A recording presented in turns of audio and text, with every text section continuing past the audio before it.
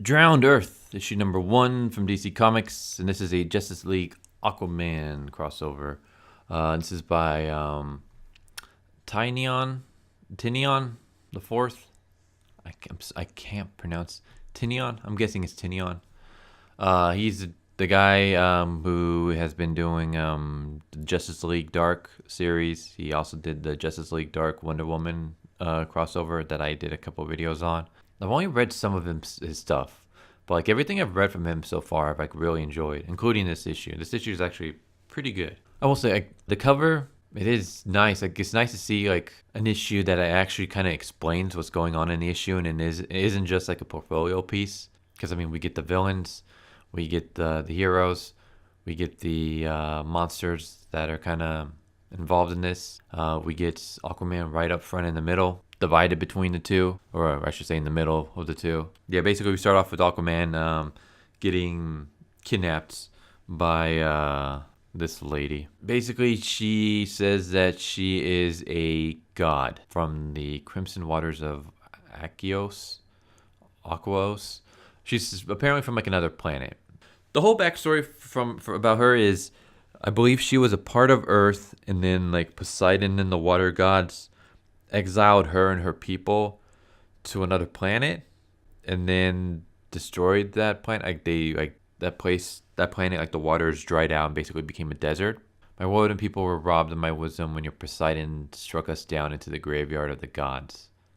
Yeah, for thousands of years we were trapped, helpless, as the tides of my world receded into a lifeless desert. Yeah, so basically Poseidon and the Earth gods screwed her over, so she decided to get revenge by taking over Earth and drowning it and basically conquering it. In her, with her as a leader.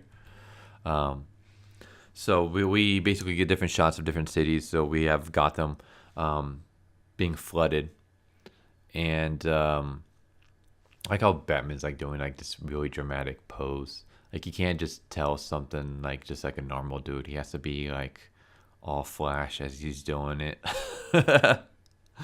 But yeah, basically the Gotham is being flooded, and they're trying to rescue like the Gotham population, get them to the rooftops, and then try to get them from the rooftops to like mountaintops and stuff like that, because basically the whole world is drowning.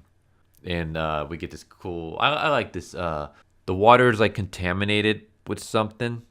It's not like normal water, some kind of special water where if you touch it, it turns you into basically what reminds me of the deep ones from the Cthulhu mythos. Like anyone who's read Shadow over Innsmouth, that's basically what happens. Like the population starts turning into the deep ones, which is kind of cool. I mean, I love like Lovecraft, so seeing a little bit of that in here is kind of cool.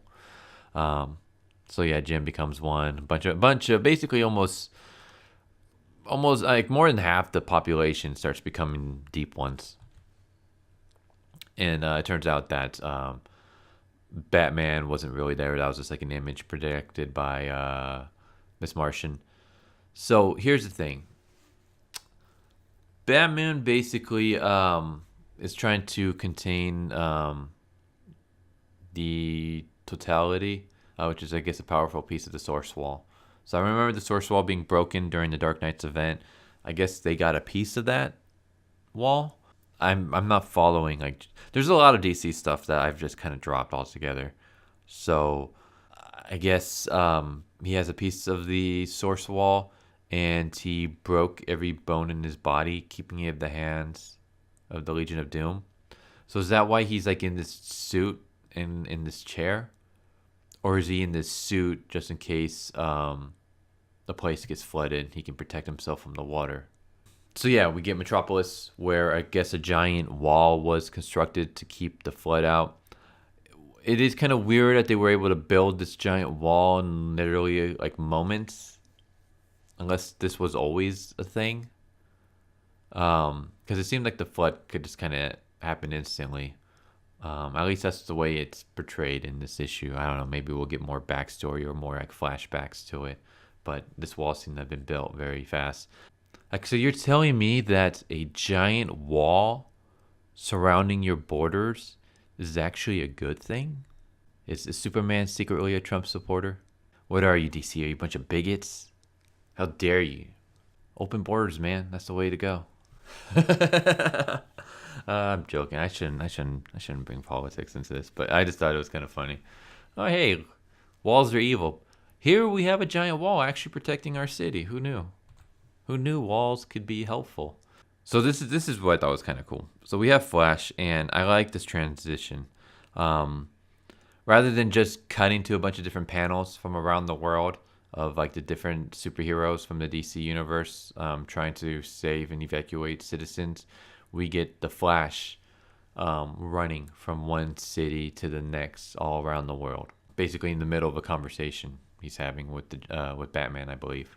And I don't know, I thought that's kind of cool. It's just like a nice little transition. And then meanwhile, we get Mira decides that she can't handle the flood monsters by herself, so she decides to release Ocean Master. I'm assuming is his name because it's in giant bold. I don't know who this guy is. I don't know. Like I guess I'm assuming it's supposed to be like a big deal that is this like another like he was like a big enemy and rival, but now we got to work together for a common good. He comes across kind of badass in this issue, I will say. Basically, with Arthur, he there's I guess some kind of legend surrounding him, where there's like powers bestowed upon him by Poseidon of all people, that he hasn't like tapped into, and she basically gets him to tap into that power, or at least a little bit of it, and project himself to Mira. So I'm all for like Aquaman getting a power boost because I feel like he kind of gets shit on a lot, mostly by like the non-comic book readers, I guess is what I'll use. Kind of crap all over Aquaman, like, oh, you can talk to fish, how nice. Like, but I don't know, like if you actually read some issues of Aquaman, it's actually pretty cool. Like I'm liking him more than I thought I did. Rebirth was basically my not my introduction to Aquaman, but it's basically the only series where I like actually started reading every issue, and it was actually pretty cool. I did kind of lose interest in the last arc, but it wasn't because it was poorly written. It was just it was dragged out way too long. I mean, it was literally like what, like 10, 15 issue arc, and that was not even counting Mira's, because Mira was like introduced and then they started kind of like running alongside, and that just it took forever. I wanted that freaking arc to just end already. But yeah, meanwhile we get Superman. So what happens is the wall eventually breaks down, and then the evilness floods in and wipes out Metropolis, turns everyone to the Deep Ones. Superman gets pissed off and flies out to the middle of the ocean where he meets this dude who is like, I guess, a general for the goddess whose name I forgot. Tide. That's her name, Tide.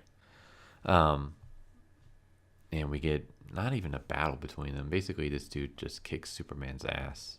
Back with Arthur, after he taps into his power, she, I guess, drains him of it and gives it to Black Mantis.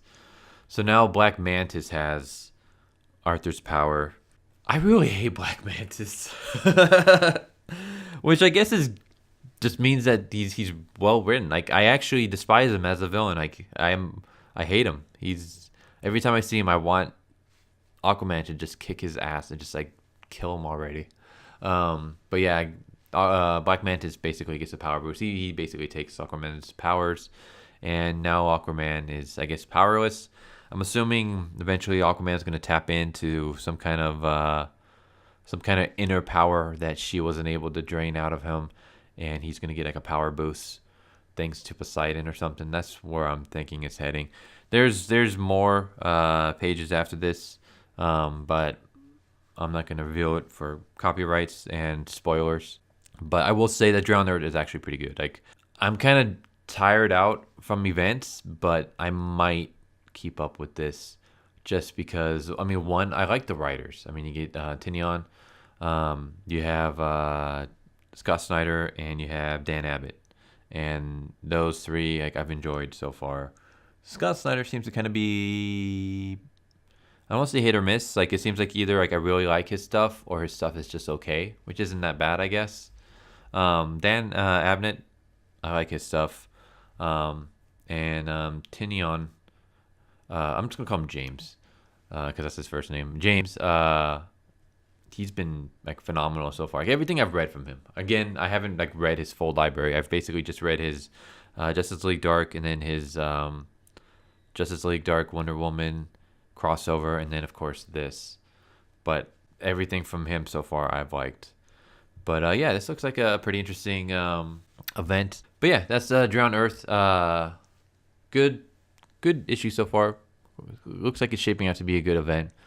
But plus, I mean, if you're a fan of Aquaman, I would say pick this up and follow this series, because we all know who's going to be taking over for Aquaman. So this might be like your last chance to get a good Aquaman run for a long time. I guess we'll see. We'll see how long DC decides to double down on crap, because Marvel did it for a long ass time. We'll see if DC follows in his footsteps, because we all know Aquaman is heading in a direction that's not very good. So if you like Aquaman, I'll probably pick this up because it's going to be his swan song for a while now. But yeah, hope you guys enjoy this video.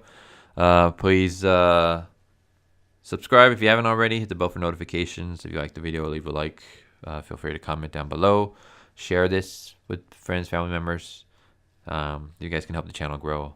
That would be awesome. I'm trying to hit 300 subscribers by the end of the year. I'm at like 280 something right now. But yeah, I hope you guys enjoyed this video, and I hope to see you guys next time. Later.